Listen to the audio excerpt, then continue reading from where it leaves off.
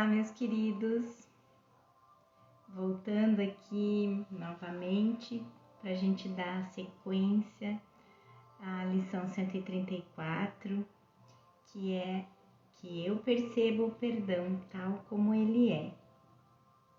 Sejam muito bem-vindos mais uma vez, vocês que estão chegando aqui agora, sejam bem-vindos, muito bem-vindos ao nosso canal Despertar do Ser, que é esse lugar de paz que a gente estabelece aqui para entrar para dentro da sala de aula com Jesus, com o Espírito Santo, de mãos vazias e mente aberta, para lembrar do nosso ser, do nosso verdadeiro ser, para que a gente possa lembrar de voltar à nossa consciência de que somos espírito.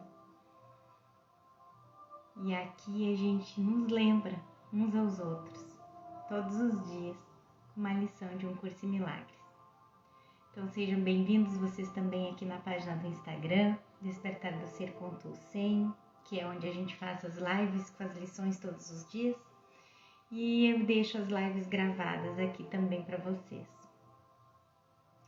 Para quem não assistiu ainda a primeira parte da lição 134, eu peço a vocês que, assistam a primeira parte para que não se perca nada no caminho, tá bem? Então, a gente continua da onde a gente parou e eu vou repetir o último parágrafo que o professor Kenneth comentou sobre o que é o perdão, né? Então, na verdade, o perdão é o reflexo da verdade.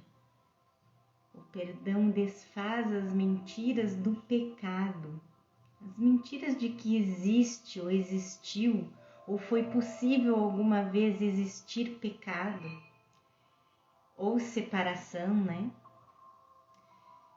E por isso, muito importante que você assista a parte 1, porque na parte 1, Jesus nos coloca em contato com o que é o perdão para destruir, que é o perdão que a gente conhece aqui no mundo, porque é o que a gente sempre aprendeu aqui no mundo, é o sistema de pensamento do ego, né? Então, se você não assistiu, mais uma vez, eu digo que é bem importante assistir a parte 1 da lição 134 aqui. Então, uma vez desfeitos esses equívocos de que é possível haver pecado, né? Eles desaparecem na verdade que espera por nós além do mundo real. A adorável porta do céu na qual a unicidade do nosso ser é restaurada finalmente à nossa consciência.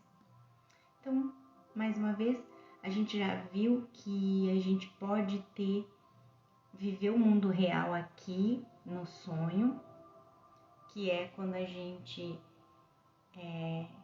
quando o tomador de decisões, quando a gente entra em contato com o nosso tomador de decisões e escolhe um novo professor, para que a gente veja tudo aqui no mundo com os olhos desse novo professor, que é Jesus, que é o Espírito Santo. Então a gente pode experimentar aqui no sonho o mundo real, que é um vislumbre do céu, né? E é um caminho, é o caminho antes da porta do céu, na qual a unicidade do nosso ser é restaurada a nossa consciência, quer dizer, a nossa consciência se volta para a nossa verdade, para a nossa realidade, que é a unicidade do ser. E aqui, voltando na lição, através dessa ponte, porque Jesus já tinha falado dessa ponte no outro parágrafo, né, que nos leva do inferno da culpa à porta do céu. Ele já tinha falado dessa ponte. Então ele começa aqui nesse próximo parágrafo dizendo que através dessa ponte, tão poderosa quanto o amor que depositou sobre ela a própria bênção, Deus, né? Porque o amor está aqui com letra maiúscula. Então, através dessa ponte tão poderosa quanto o amor que depositou sobre ela a própria bênção, todos os sonhos do mal, de ódio e de ataque são silenciosamente trazidos à verdade. Nessa passagem, a ponte é o perdão. Em outro trecho, é o Espírito Santo, ou o mundo real. O uso que Jesus faz dos símbolos é bem flexível, mas seu conteúdo de trazer as ilusões à verdade permanece consistente. Então, ele muitas vezes usa símbolos diferentes, porque é uma metodologia de ensino para que a gente aprenda cada vez mais. Às vezes a gente não aprende o conteúdo da ideia com um símbolo, porque aquele símbolo a gente não dá valor àquele símbolo. Um outro irmão, quem sabe, dá. Eu não dou. Mas aí, então, quando Jesus usa outro símbolo para falar a mesma mensagem, então, parece que cai a ficha, né? Então, é uma metodologia de ensino, Jesus mudar a forma, mudar os símbolos, mas o conteúdo sempre vai ser o mesmo. E nesse sentido aqui, é trazer as ilusões à verdade. Trazer a ilusão do pecado, a verdade de que não existe pecado. Aqui o perdão faz uma ponte sobre a brecha entre as ilusões do ego e o mundo real.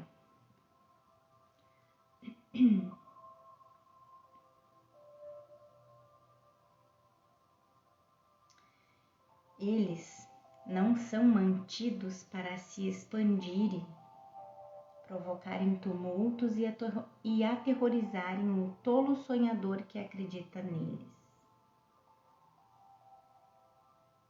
Esse foi gentilmente despertado do seu sonho pela compreensão de que o que ele pensava ter visto nunca existiu. Então, estava tentando entender aqui o que são eles que não são mantidos para se expandirem.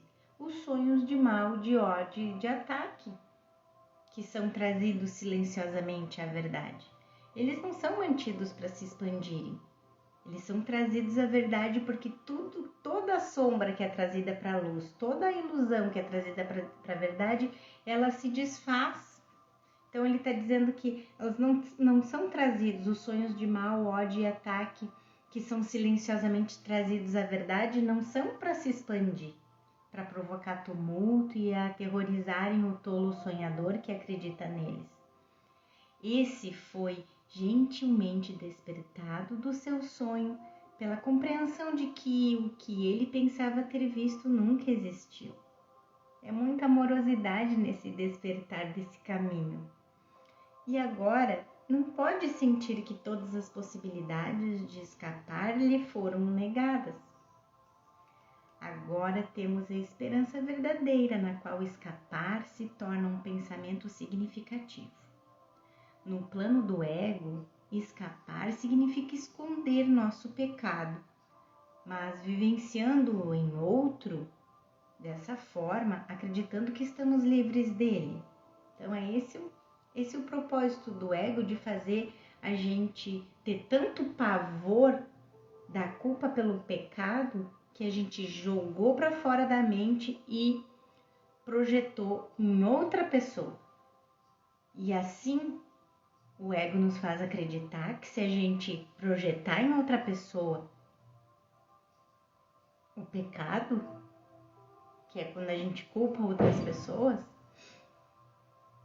o ego faz a gente acreditar que a gente se livrou da culpa. Mas pelo contrário, a gente não se livrou. O escapar verdadeiro desfaz a crença da mente no pecado.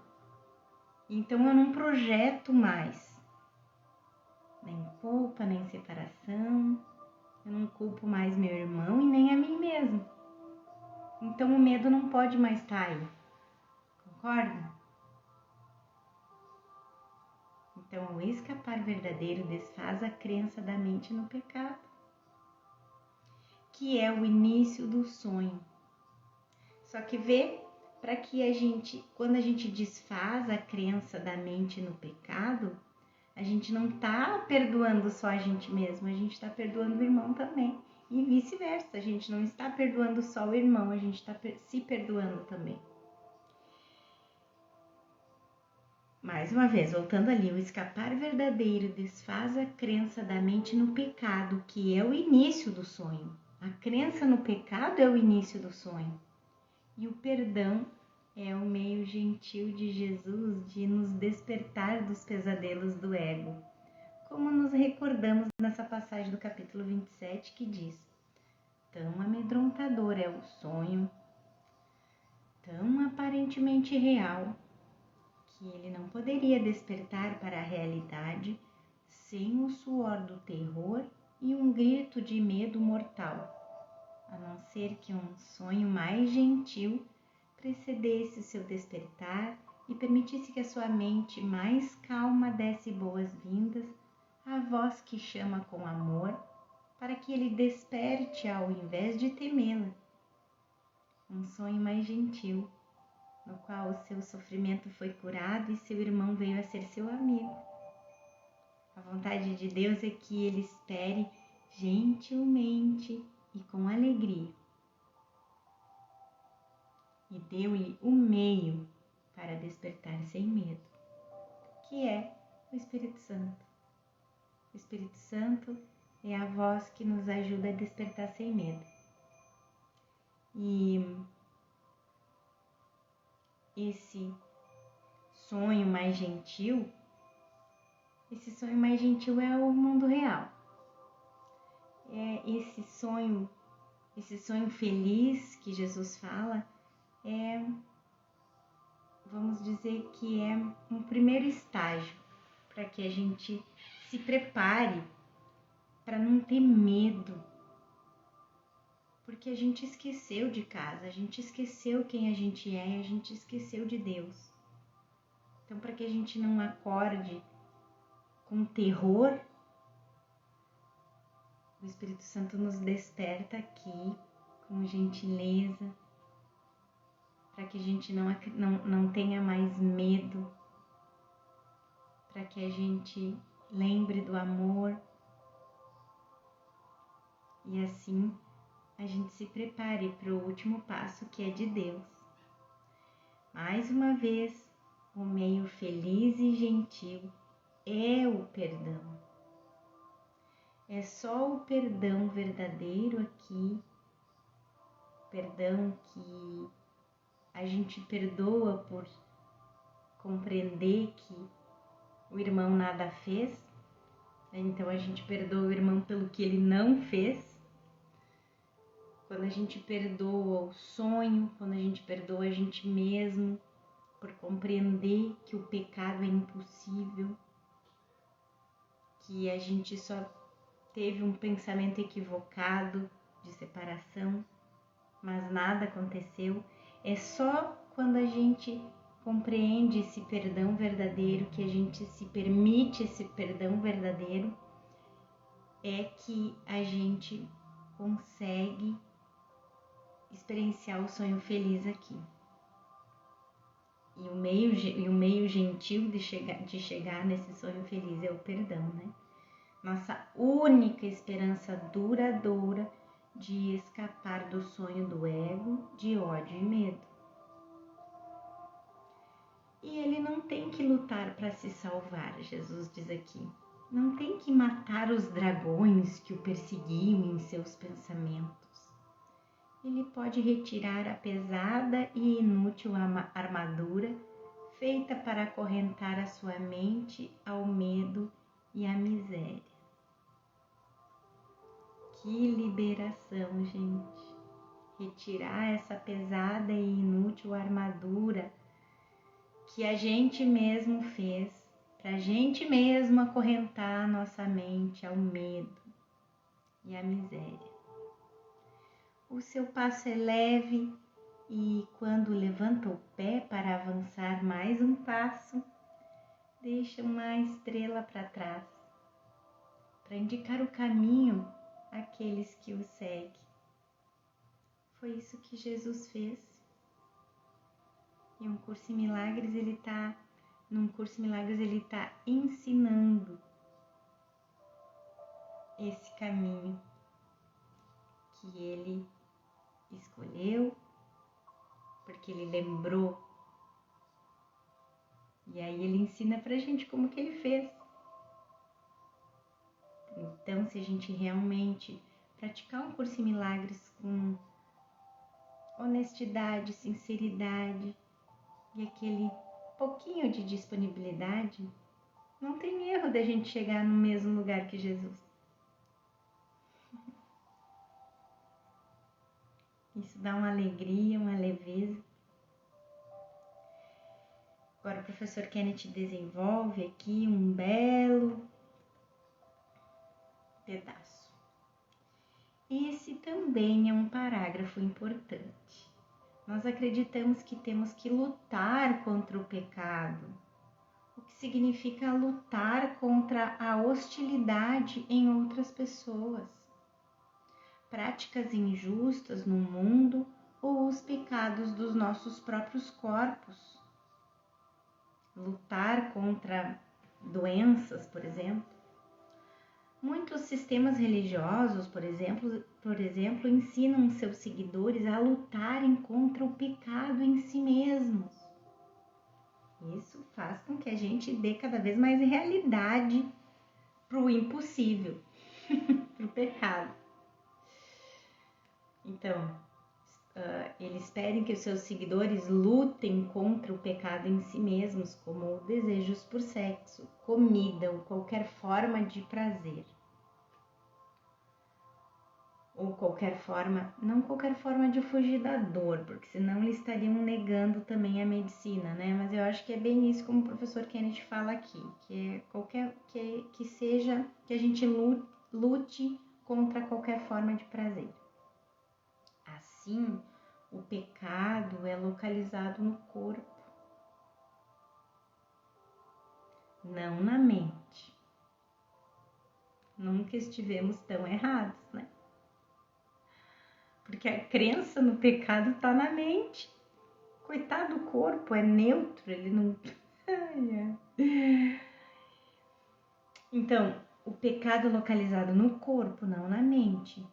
E quer o pecado esteja localizado no seu corpo ou no meu, estamos justificados em lutar contra ele. Essa necessidade de se opor ao pecado está enraizada na crença inconsciente de que o pecado está na minha mente.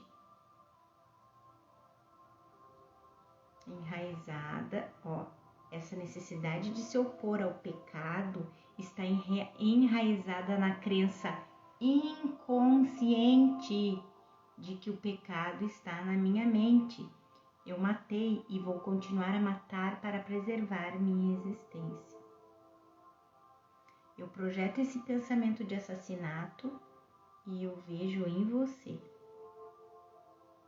transformando-o à minha própria imagem e semelhança. Assim eu ouço você dizer que para preservar a si mesmo precisa me matar. Tudo inconsciente, né, gente? E às vezes nem tanto, né?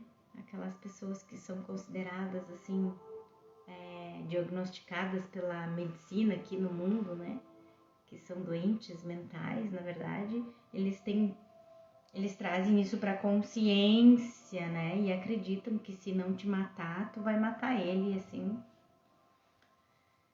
Só que nós que não somos doentes,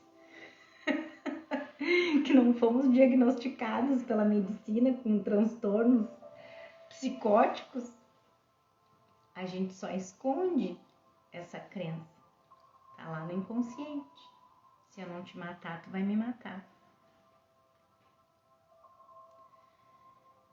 Agora estou justificado em me defender. O que é o tema principal da próxima lição. Quem já fez aí, gente, a lição 135? Quem já fez, né, um curso em milagres uma vez? Se eu me defendo, sou atacado. E a gente vê isso direitinho na experiência. Eu, a face da inocência, não tenho outra escolha além de lutar para preservar minha existência. uma justificativa para o ataque, que vimos Jesus descrever no capítulo 31.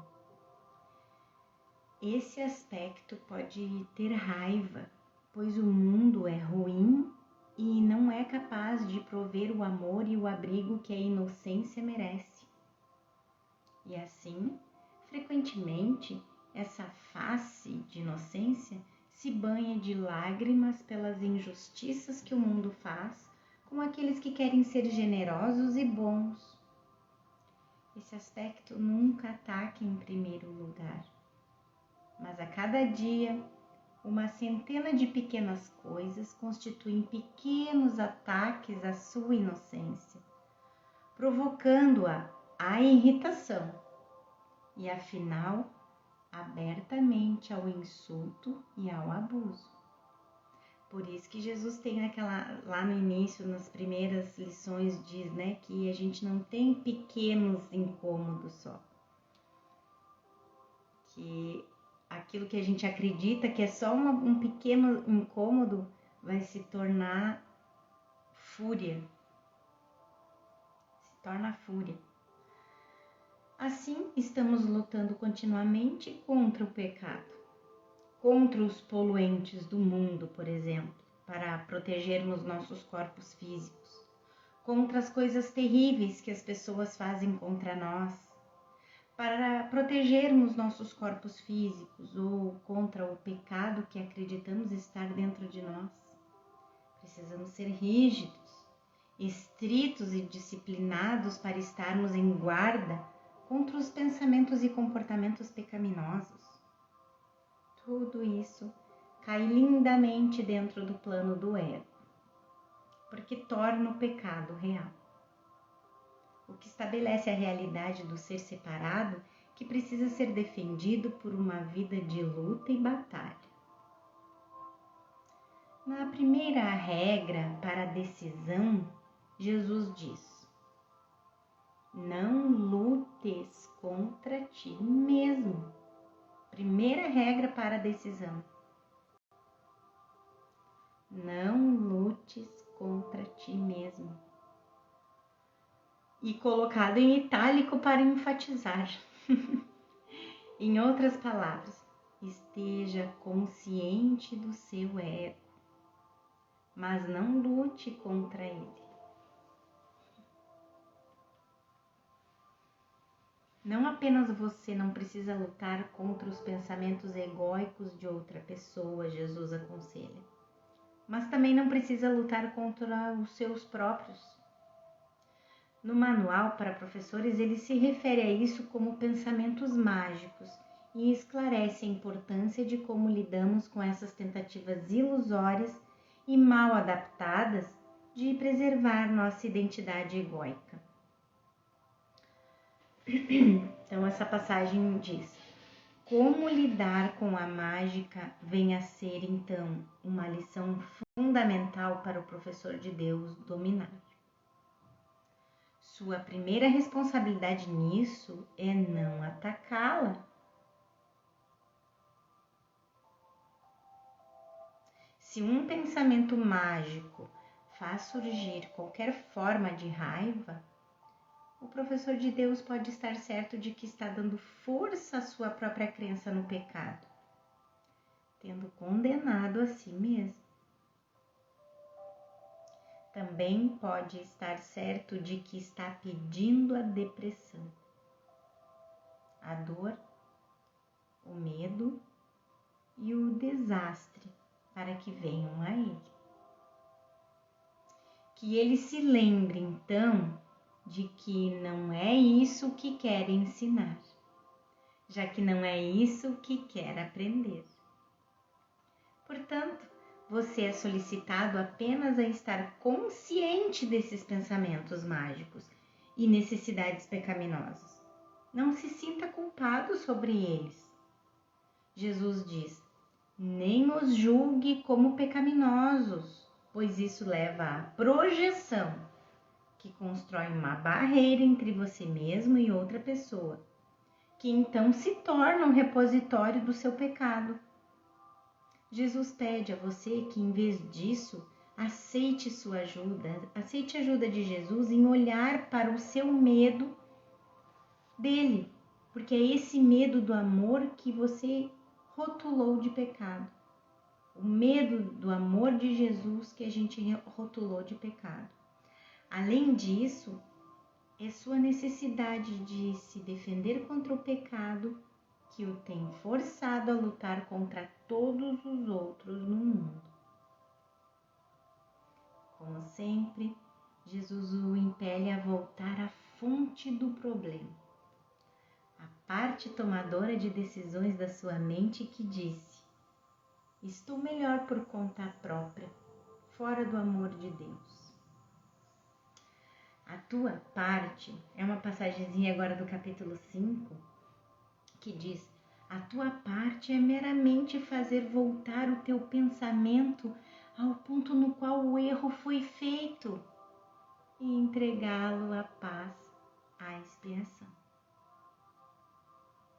O princípio de expiação do Espírito Santo reflete o amor de Deus, que é o tudo em tudo, que reforça sua realidade em nossas mentes iludidas. Nesse amor, meu ser não é nada, mas no meu reino, Deus é o nada e eu o tudo. Eu sou o tudo em tudo. Isso sim é arrogância, né? Essa usurpação é o nosso pecado, que é que a gente acredita ter feito, né? E, no entanto, não é nada mais do que um tolo equívoco, um sonho que não teve efeitos no tudo, que é o tudo fora do qual nada existe. E, portanto, não tenho que lutar contra os dragões do ego. Quer no mundo como um todo, quer nos meus relacionamentos especiais, ou acima de tudo em mim mesmo.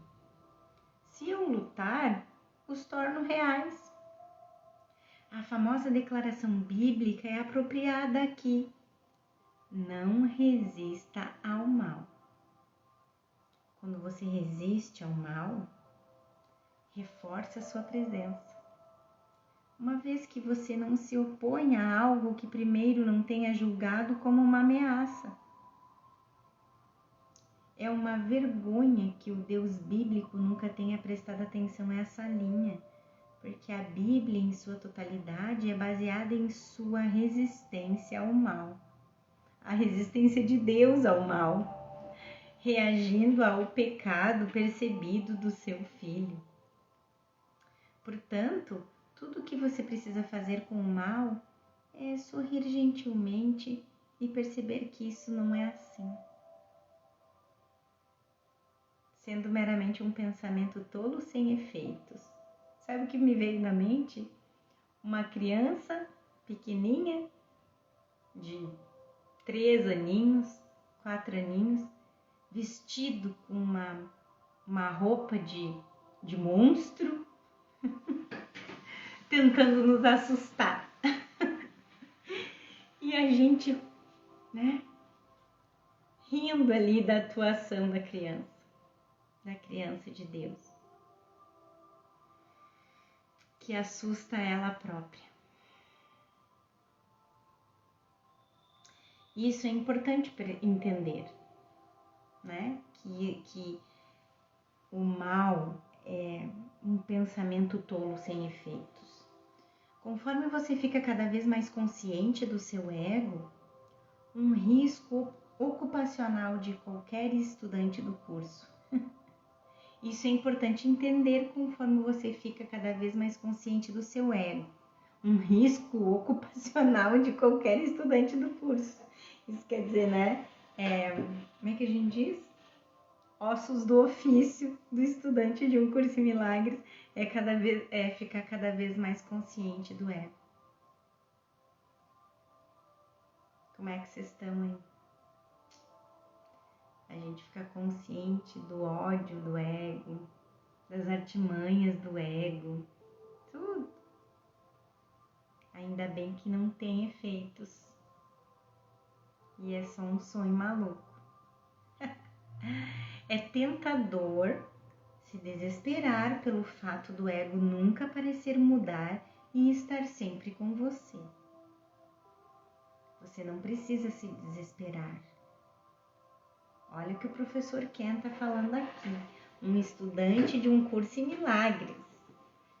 Acima de tudo, antes de ser um professor maravilhoso de um curso em milagres, o professor Ken foi um estudante maravilhoso de um curso em milagres e ele está dizendo: é tentador se desesperar pelo fato do ego nunca parecer mudar e estar sempre com você, por mais que você treine, pratique.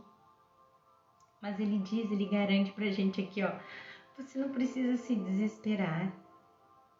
O ego nunca muda.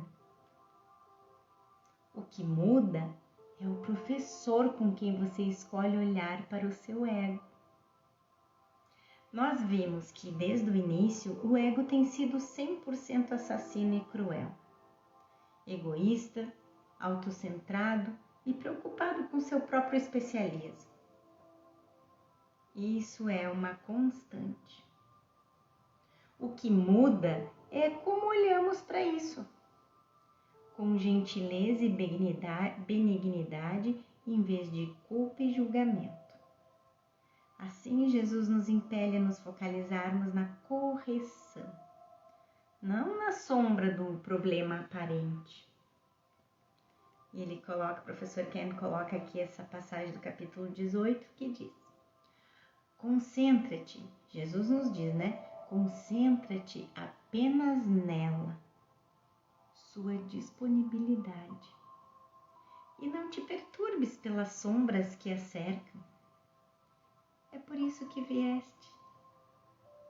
Se pudesses vir sem elas, não terias necessidade do instante santo. Venha a Ele, não em arrogância, presumindo que tens que conseguir o estado que Ele traz com sua vinda.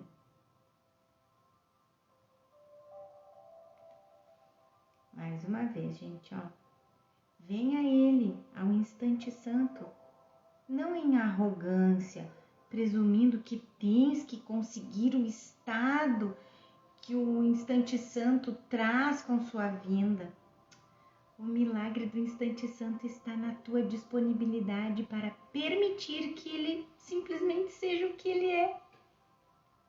E na tua disponibilidade para isso está também a tua aceitação de ti mesmo, tal como foste criado.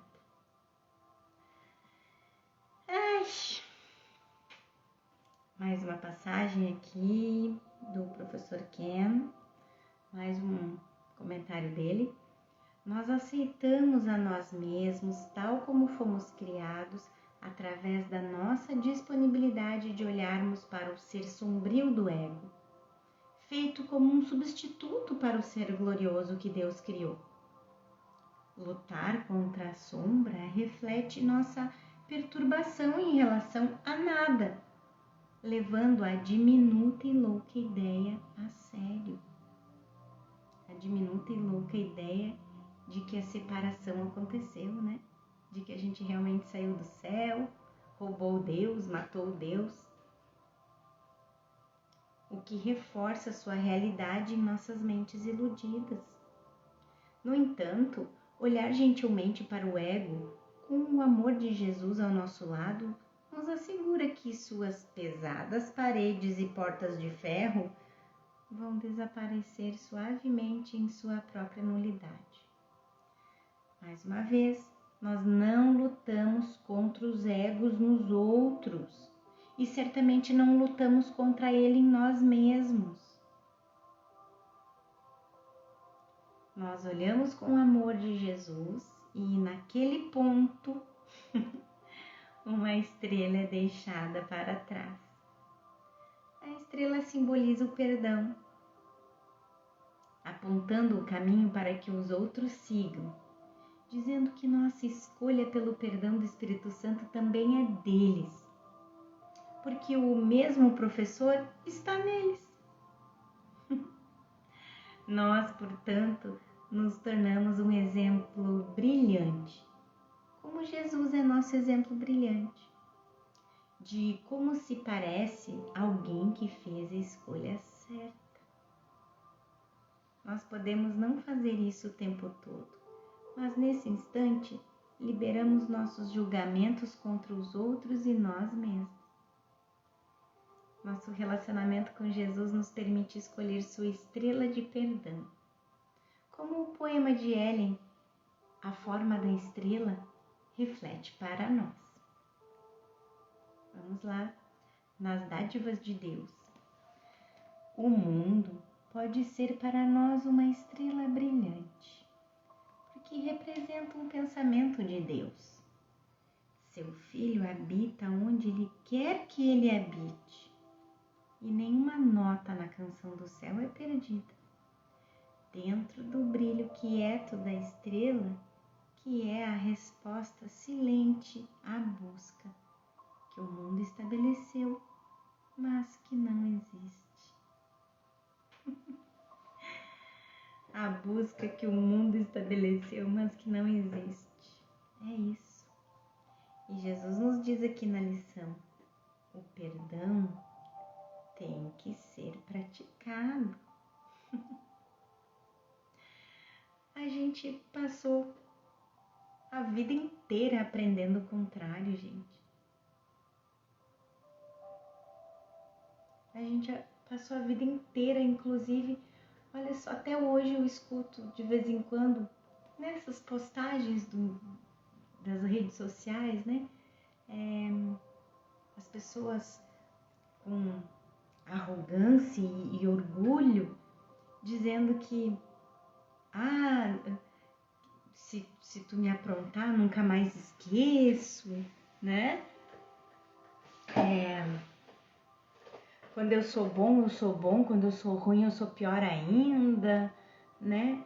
Equívocos da nossa mente de acreditar que a gente é mal, equívocos da nossa mente que projeta a culpa nos outros. A gente só está enganado porque a gente aprendeu a vida inteira com o sistema de pensamento do ego de culpa, de pecado, de julgamento. Então, como a gente está até agora praticando o não perdão ou o perdão para destruir, né? A vida toda. E quiçá outras vidas de sonho, né? Mas não vamos entrar nesse ínterim. Então, eu não me surpreendo nada de Jesus dizer aqui: o perdão tem que ser praticado. É claro, para que a gente possa aprender. Qualquer coisa nova a gente não tem que praticar. Essa é uma linha que precisa ser esclarecida e lida de novo e de novo. O perdão tem que ser praticado. Entender a teoria de perdão de um curso em milagres não significa nada se você não praticá-la.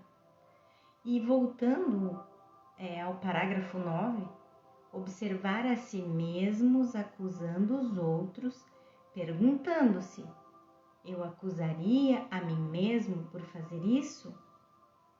A resposta certa seria sim, eu certamente me acusaria, pois isso significa que eu existo e minha identidade permanece segura. Eu finjo que não estou acusando a mim mesmo, assim como finjo que estou acusando você, mas de forma inconsciente, alegremente acuso a mim mesmo de pecado, porque isso mais uma vez prova a minha realidade. Viu só como é que funciona? O sistema insano. Se eu for impecável e inocente, eu, como um ego, não existo mais. Se eu for impecável e inocente, como ego, não existo mais. Ana, eu não conheço minha identidade. No entanto, conheço meu ser separado e pecador, que é testemunhado pelos meus julgamentos, nascido do tratamento injusto que sofri nas mãos de outra pessoa. Assim, Jesus diz que as seguintes palavras são aterrorizantes para o mundo separado: eu não sei o que sou. Para o mundo separado, para a mente separado, para a consciência que se identifica com o corpo físico e psicológico, com essa personalidade, com esse ego, Ana, né? É muito assustador e aterrorizante a gente realmente entrar em contato, não aquela coisa que a gente lê corrido, que nem se dá conta do que está lendo, é realmente entrar em contato com essa ideia. Jesus diz que é aterrorizante. Eu não sei o que sou e, portanto, não sei o que estou fazendo, onde estou ou como olhar para o mundo ou para mim mesmo. Tanto que é muito difícil alguém chegar no ponto de dizer isso. Eu não sei quem eu sou, nem o que eu estou fazendo. Alguém assume que não sabe o que está fazendo? Que não sabe onde está? Que não sabe quem é? É por isso que precisamos aprender a dizer com real intenção essas palavras. Entretanto, nesse aprendizado nasce a salvação. E o que tu és vai te falar de si mesmo. O custo do seu sim é a salvação, lembrando do que nós somos. Então, o perdão tem que ser praticado, pois o mundo não pode perceber o seu significado, nem prover um guia para te ensinar as suas beneficências. O perdão tem que ser praticado porque o aprendizado do mundo, a projeção do que queremos aprender com ele, é o oposto a ele. Exatamente. Tudo que a gente vem praticando e aprendendo até hoje. O mundo diz que o pecado é real, demonstrado pelo corpo vitimado. O objetivo de todos é manter o ser separado, mas recusando o pecado associado a ele. Nós colocamos a face da inocência para justificar a validação do autoconceito de um ser prejudicado, pelo qual o mundo é responsável.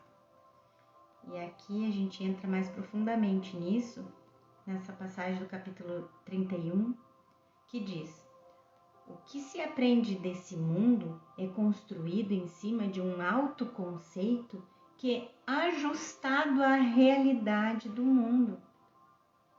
E ele cabe bem nele, pois essa é uma imagem apropriada a um mundo de sombras e de ilusões.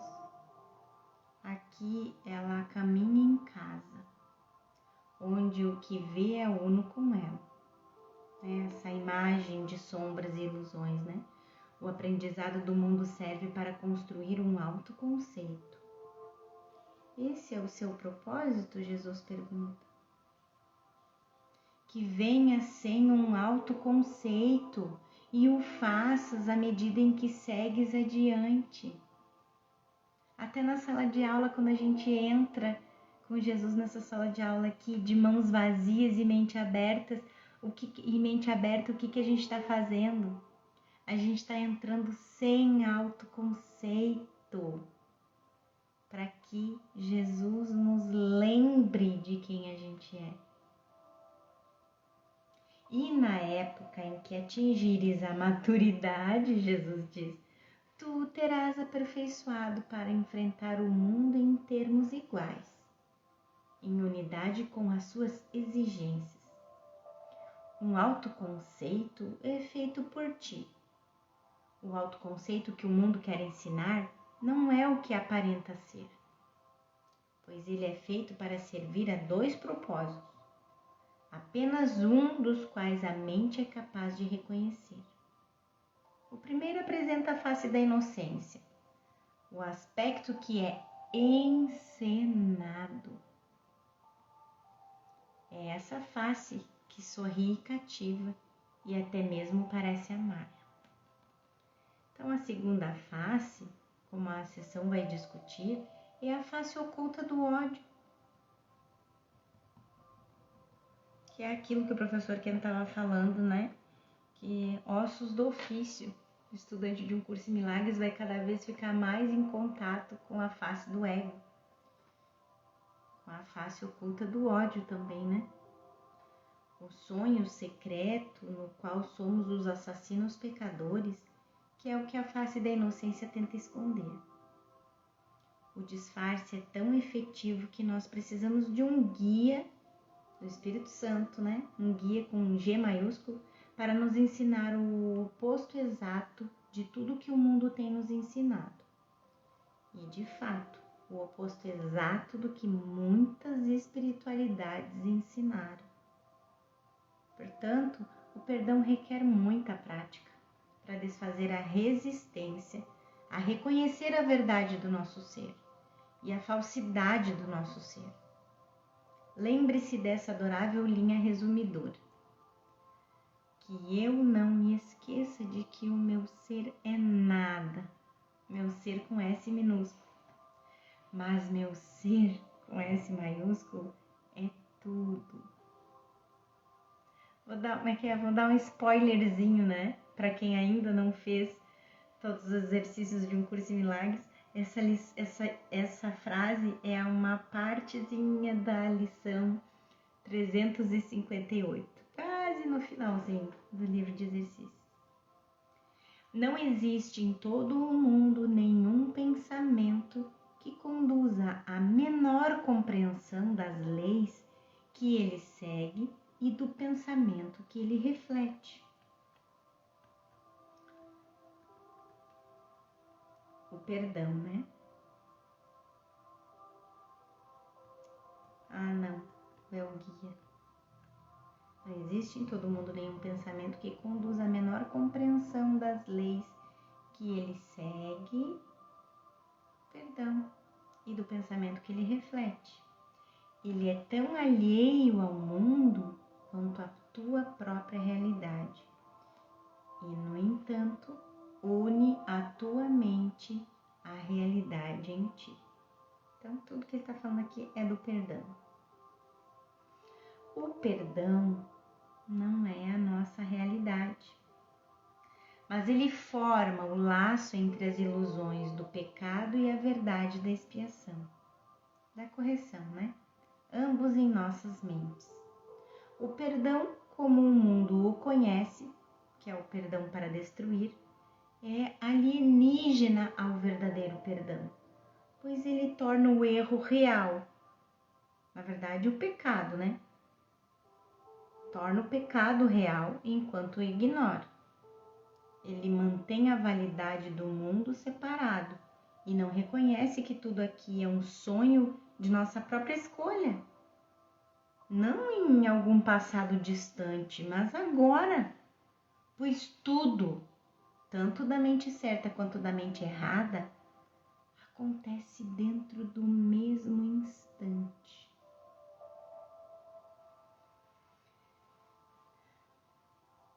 A gente tem que ler, eu não li ainda, mas a gente tem que ler aquele livro do professor Kenneth, Tempo, uma vasta ilusão. Porque eu venho tendo assim uns lampejos, algo que parece que é, sabe quando a gente está tentando lembrar de alguma coisa? Quando eu vejo alguma passagem do curso que fala do tempo, eu parece que estou tentando agarrar algo assim da memória para conseguir definir a ilusão que é o tempo, gente. Porque se o passado não existe, tampouco o futuro não existe, só existe o eterno agora.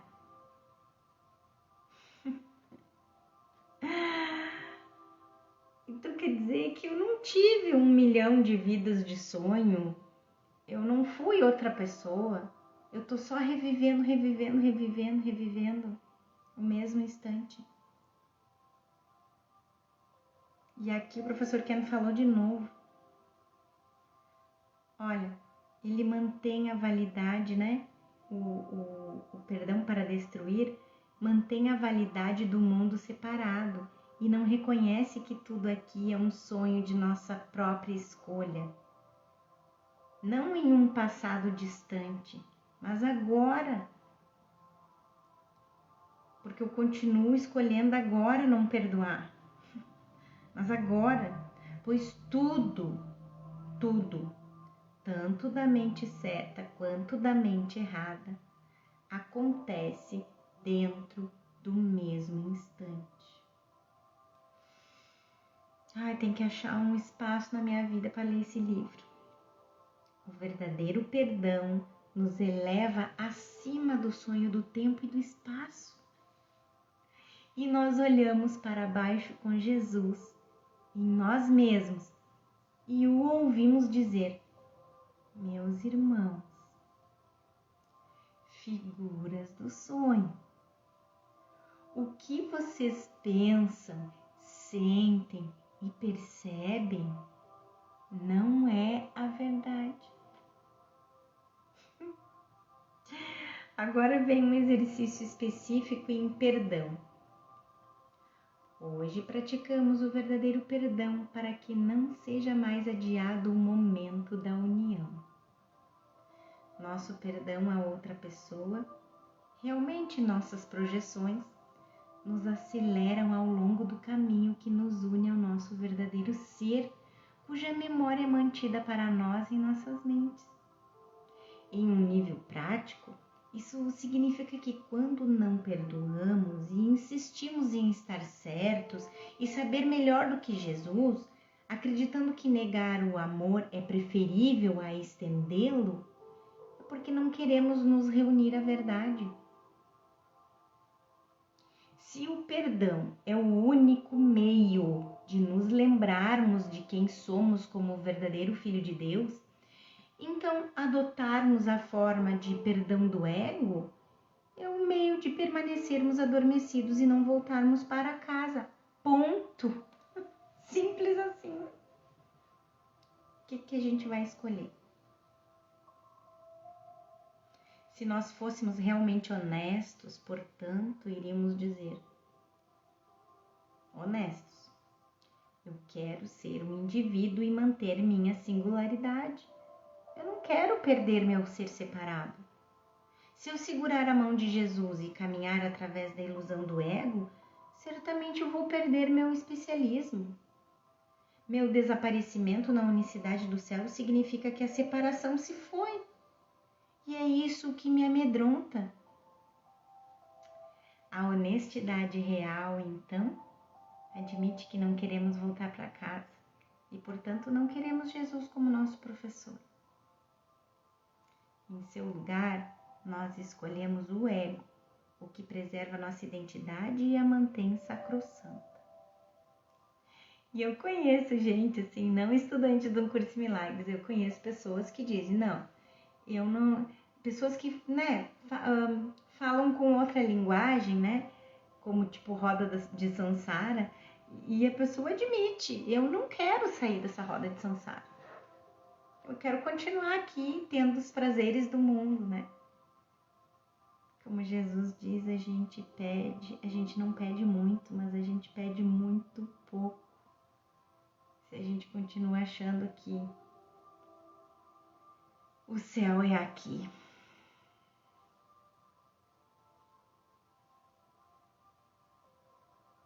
Então, mais uma vez, a honestidade real, então, admite que não queremos voltar para casa e, portanto, não queremos Jesus como nosso professor.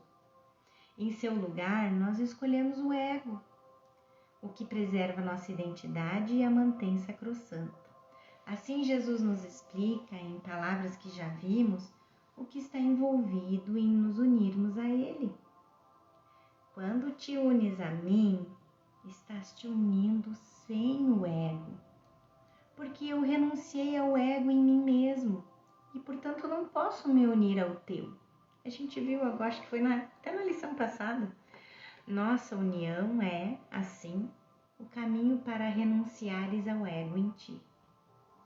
A verdade em nós dois está além do ego. O perdão, novamente, é o meio de nos lembrarmos dessa verdade, enquanto reter as mágoas nos permite esquecer.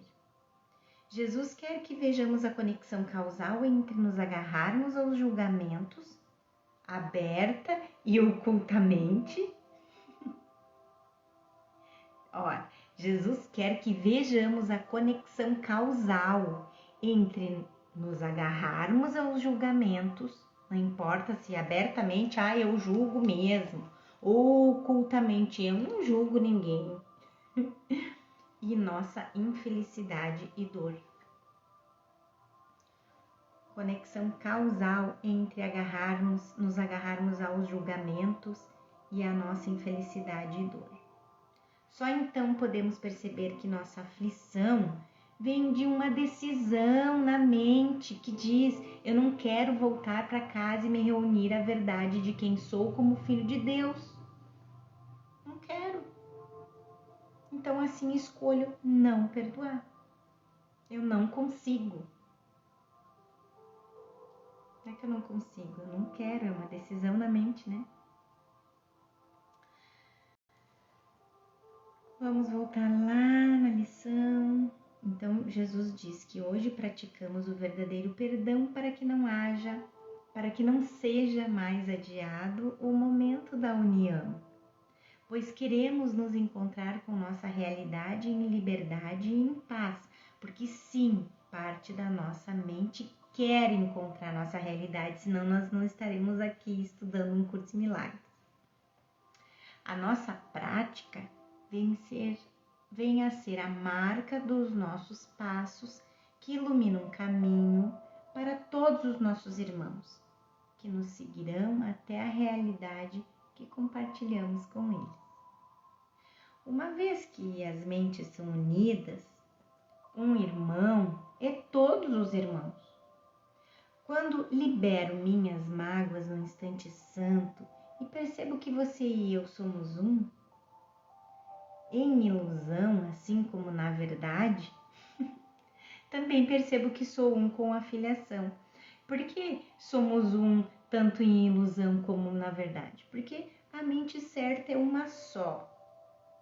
E a mente errada, que é o ego, também é um só.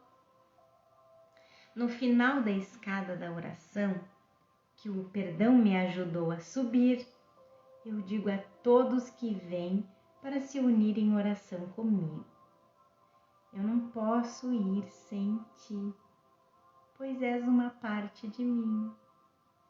E meus queridos, por isso eu sou tão grata a vocês que compartilham essa jornada comigo. Eu não posso ir sem ti, pois és uma parte de mim. E assim ele é na verdade. Agora podes orar só por aquilo que verdadeiramente compartilhas com ele, pois compreendeste que ele nunca partiu. E tu, que parecias sozinho, és um com ele. O pensamento de unicidade na minha mente permanece como um farol de luz, que diz a todos, assim como acontece com a luz de Jesus: a decisão que eu tomei, você também pode tomar.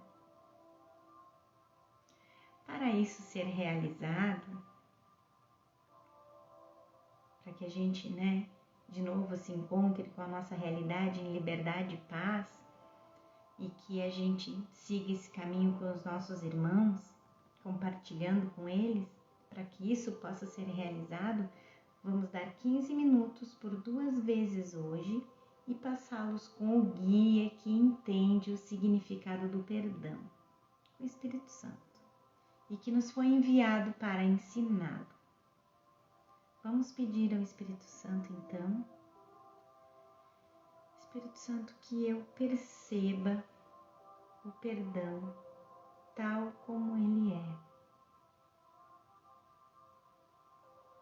Isso significa que eu primeiro vejo o perdão como ele não é.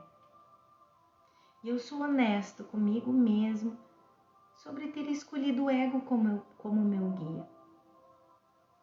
Assim, a primeira parte dessa lição falou do perdão do ego, do perdão para destruir.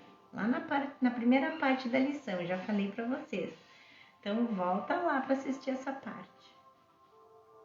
E a maioria das sessões no texto começa da mesma forma, apresentando o sistema de pensamento do ego. É assim que Jesus tem feito com todas as lições. Primeiro ele nos mostra, é isso que você pensa, é isso que é o sistema de pensamento do ego. E depois ele nos mostra como é o sistema de pensamento do Espírito Santo.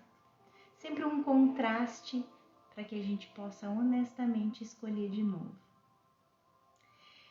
Em seguida, depois que a gente entrou em contato com o Espírito Santo, por esses 15 minutos, 2 vezes no dia, pedindo ao Espírito Santo que eu percebo o perdão tal como é, a gente escolhe um irmão, conforme a orientação que o Espírito Santo vai nos dar, e enumera os seus pecados, um por um, à medida que passam pela nossa mente. E a gente deve se certificar de não nos deter em nenhum, mas reconhecer que só estás usando as suas ofensas para salvar o mundo de todas as ideias de pecado. Em outras palavras, os pecados que eu percebo em você se tornam uma sala de aula na qual aprendo que o pecado é uma ilusão. É por isso que a palavra está entre aspas. O pecado, Jesus colocou ali, Em seguida, escolhe um irmão conforme a orientação que o Espírito Santo vai te dar e enumera os seus pecados, um por um, Então, em outras palavras, os pecados que eu percebo em você se tornam uma sala de aula na qual eu aprendo que o pecado é uma ilusão. É por isso que a palavra está entre aspas. Se o pecado é ilusório, então a separação e o especialismo também são. A verdade é que somos um, a verdade que salva o mundo. Isso não tem nada a ver com nada externo, porque não existe nada externo para salvar. Somos salvos do sistema de pensamento que diz que a individualidade é real e nosso egoísmo justificado. Assim, Jesus fala do mundo terminando em... Como é que o mundo termina? Uma ilusão. Termina em uma ilusão como começou. Porém, seu fim será uma ilusão de misericórdia. A ilusão do perdão completo, sem excluir ninguém, sem limites em gentileza, cobrirá o mundo escondendo todo o mal, ocultando todo o pecado e pondo fim à culpa para sempre. Assim termina um mundo que foi feito pela culpa, pois agora ele não tem nenhum propósito. E se foi. Jesus nos pede para olharmos diretamente para os pecados de outra pessoa, para que possamos nos recordar da nossa projeção. O passo necessário para o perdão e a cura. Uma vez que as mentes são uma, nossa cura é a cura do mundo. Assim, Jesus realmente usa o que nós fizemos para ferir como um instrumento para ajudar. Sim, é isso que o Espírito Santo faz. O Espírito Santo pega tudo, se a gente permitir, se a gente deixar uma pequena disponibilidade que seja, a gente permitir, o Espírito Santo vai usar tudo que o ego fez com um propósito contrário, com o propósito de nos acordar, nos despertar desse sonho. E seguindo na prática do exercício, Jesus ainda nos diz que nos pede para refletir brevemente sobre todas as coisas ruins que pensaste sobre esse irmão. E a cada vez pergunta a ti mesmo: eu me condenaria por fazer isso? Ao fazer uma lição como essa, nós usualmente pensamos no ser que condenamos como sendo o corpo. É quase impossível não fazê-lo, mas precisamos nos lembrar de que o pecado de que acusamos nosso irmão é uma projeção do pecado de que acusamos a nós mesmos, e isso é na mente. podemos identificar o pecado com sentimentos e comportamentos não amorosos. No entanto, isso é apenas uma sombra dos pensamentos pecaminosos em nossas mentes. Corpo, sentimento, comportamento são sombras dos pensamentos da mente, dos pensamentos pecaminosos da mente. Nós, assim, precisamos voltar lá no tomador de decisões para escolher outra vez. O que nos acelera ao longo desse processo de perdão é aceitar que não sabemos nada e Jesus sabe tudo. Nossas percepções não são verdadeiras, não são pecaminosas, más ou perversas, mas irreais, porque são baseadas na separação. É uma ilusão de nós mesmos que projetamos para fora. A projeção é uma sombra, fazendo surgir uma ilusão de ataque. Trabalhando no reverso disso, Jesus usa os pseudo-ataques a outra pessoa como veículo, a via régia de Freud, para perdoar os pseudo-ataques a nós mesmos. Assim, somos curados e nosso irmão junto conosco. Mais uma vez, voltando na lição, Jesus pede que a gente deixe que ele seja libertado de todos os pensamentos de pecado que tinhas em relação a ele, em relação a esse irmão que a gente deixou o Espírito Santo nos guiar. E agora estás preparado para a liberdade. Se até esse momento tiveres praticado com disponibilidade e honestidade, Jesus que está dizendo, se até agora a gente está praticando com disponibilidade e verdadeira honestidade, a gente começará a notar uma sensação de elevação, uma diminuição de peso sobre o teu peito e um sentimento de alívio nítido e profundo. Quanta liberação! A carga que sentimos, o aperto do peso sobre nosso peito é a culpa. Lembra que o ego faz a gente acreditar que tudo que a gente projeta no outro a gente está se livrando? Mas não está não, é mentira. Jesus diz, tu não tens ideia do alívio tremendo e paz profunda que vem de encontrares a ti mesmo e a teus irmãos totalmente sem julgamento. O julgamento é uma arma principal no plano do ego para nos salvar da culpa que tornamos real em nossas mentes.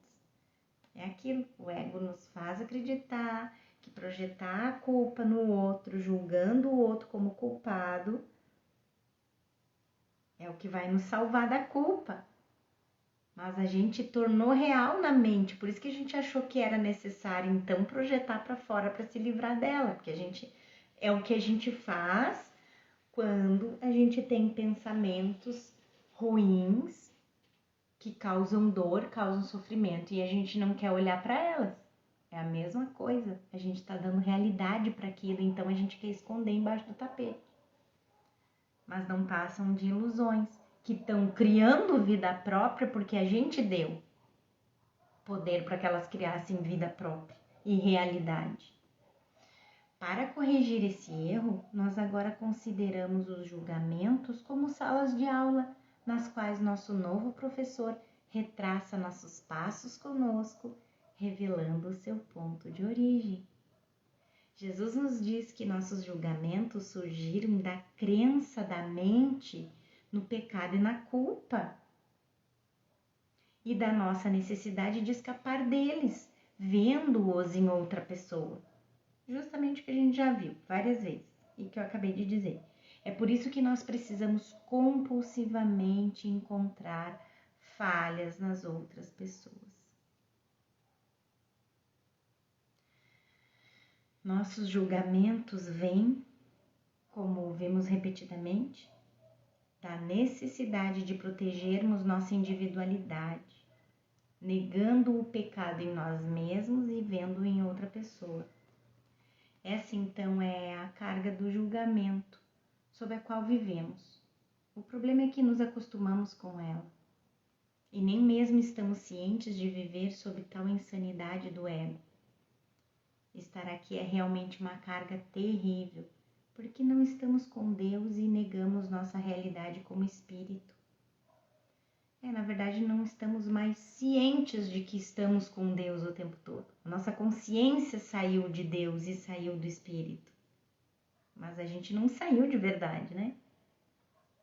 Precisamos reconhecer isso antes de podermos dar o próximo passo para percebermos que não estamos vivendo aqui de forma alguma.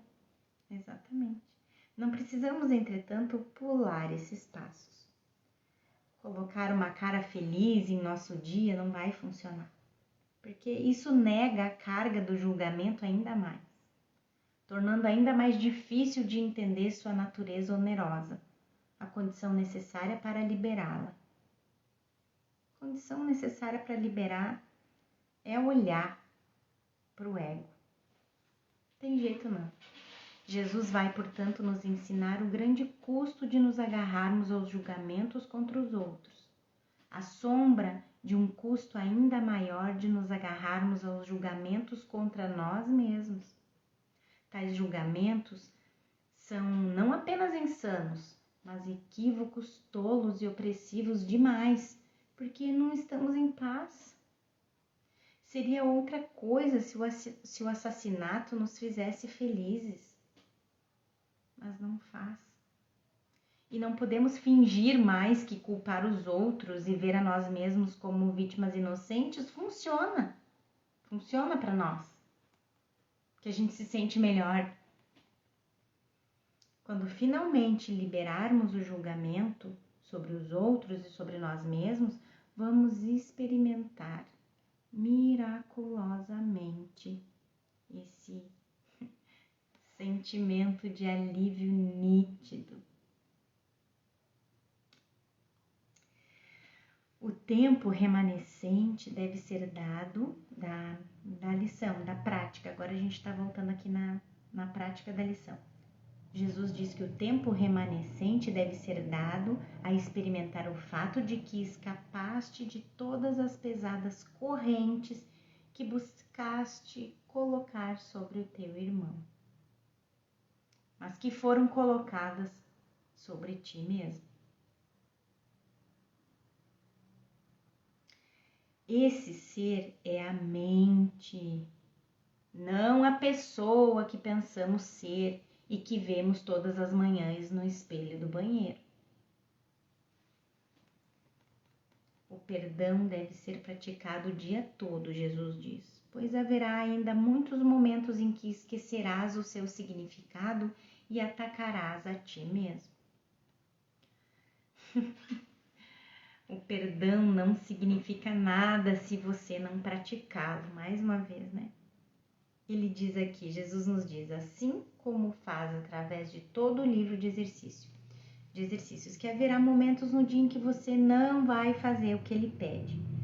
É aí que você precisa praticar ainda mais, ser realmente atento à sua tolerância com a divagação da mente, que o levou do seu lar na mente de Deus para o ego. E depois ao pecado e à culpa que você projetou em todas as outras pessoas. Então, essa nossa tolerância com a divagação da mente, de ficar pensando, será possível ser separado, criar um mundo à parte de Deus, onde Deus não pode entrar? Isso daí começou com essa divagação da nossa mente que começou com esse sonho insano todo, né? O ego, assim, faz com que você se focalize no que os outros corpos fazem para magoá-lo, ou no que eles fazem para fazer seu corpo se sentir melhor. A ênfase claramente estando no corpo e não na mente. E a gente segue fazendo o que o ego quer que a gente faça, que a gente esqueça que a gente é mente e que a gente acredite que a gente é um corpo sem mente. Portanto, Jesus o instrui a ser atento à rapidez com que você pula da verdade para o que o ego lhe diz. O problema não estava em você, a mente, mas em alguém mais, o corpo.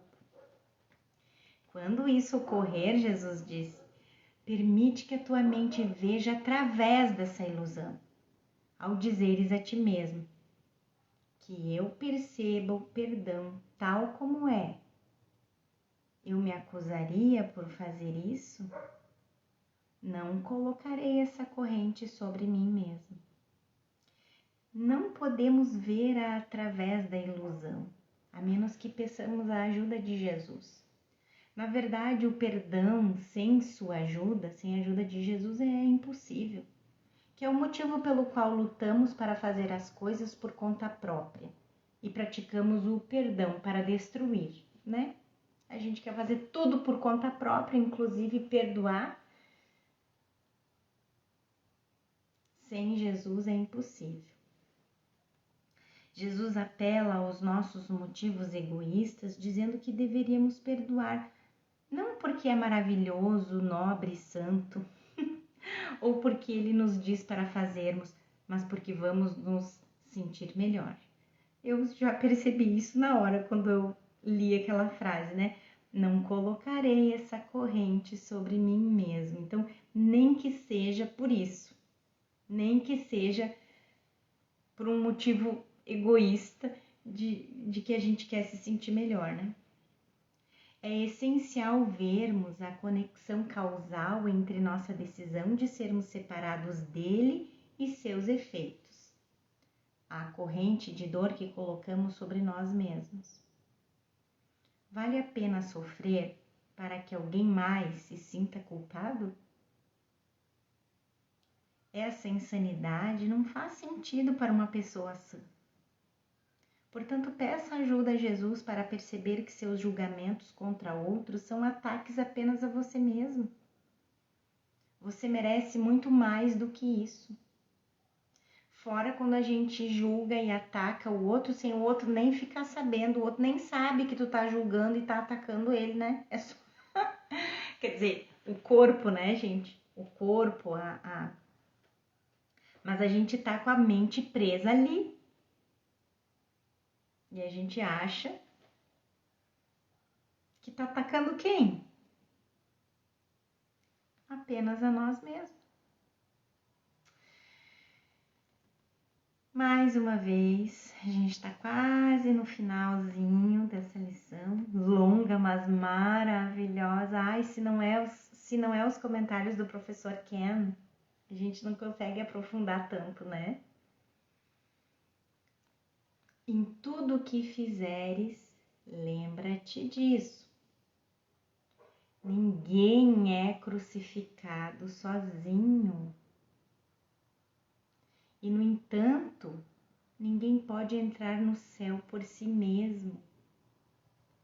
Só com a ajuda de Jesus e do Espírito Santo que a gente consegue voltar para o céu. O Filho de Deus é um. Então, se eu busco crucificar você, estou crucificando a mim mesmo. Isso desfaz o jogo do ego de gangorra, no qual um está embaixo e o outro está em cima. Eu crucifico você até você descer, dessa forma me capacitando a ressuscitar conforme subo. O perdão funciona apenas se eu perceber que o que faço a você, faço a mim mesmo. Lembre-se de que o ego não entende a similaridade. O ego não entende similaridade, não entende unicidade, ele só entende separação e diferença. O ego ensina que você e eu somos diferentes. Um é pecador, o outro é inocente. Não é só que a gente vê diferenças e separação nos corpos, nas formas. Isso é a sombra do pensamento na mente. Uma ideia não deixa sua fonte. Eu sou uma ideia, a sombra de um pensamento.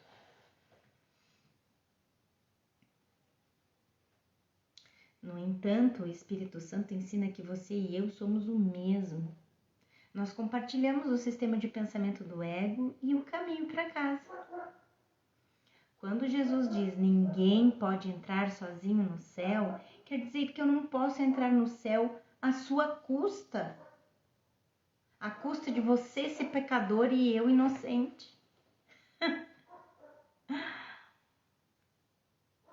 Mais uma vez me lembro dos acordos secretos. Eu venho como vítima, você como algoz. Aí você é condenado, culpado, eu a vítima inocente. Eu me levo para o céu e você vai para o inferno. Então, não posso ir para o céu à sua custa.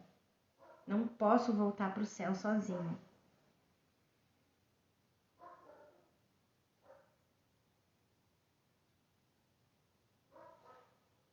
Então, mais uma vez, quando Jesus nos diz ninguém pode entrar no céu sozinho, quer dizer que eu não posso entrar no céu à sua custa, mais do que poderia entrar no meu próprio céu, o céu do ego, à custa de Deus.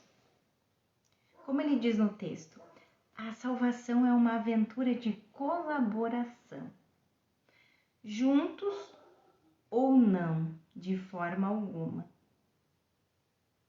O arco da paz é atravessado 2 a 2. Isso não significa que você literalmente anda pelo caminho comigo. Você não tem que estar ciente da salvação e nem mesmo existe fisicamente. O que importa é que eu não nos veja como separados. Dessa forma, minha percepção de diferenças na minha mente é curada. Isso aconteceu quando eu, de forma grata e alegre, percebo que o professor que escolhi tem estado errado e não me definiu bem. E o professor real, Jesus, vai gentilmente me levar para casa. E é isso, meus queridos. Que lição maravilhosa, né? Só quem está muito entregue, muito comprometido, muito honestamente comprometido consigo mesmo e com Jesus, com o Espírito Santo, é capaz de estar aqui até agora, até o final dessa aula. Gratidão por estar aqui comigo. Boa prática, bom treino. Experimentem. Façam tudo para experimentar o alívio que é o perdão verdadeiro. Estou aqui torcendo por nós. Fiquem com Deus e a gente se vê amanhã. Tchau, tchau.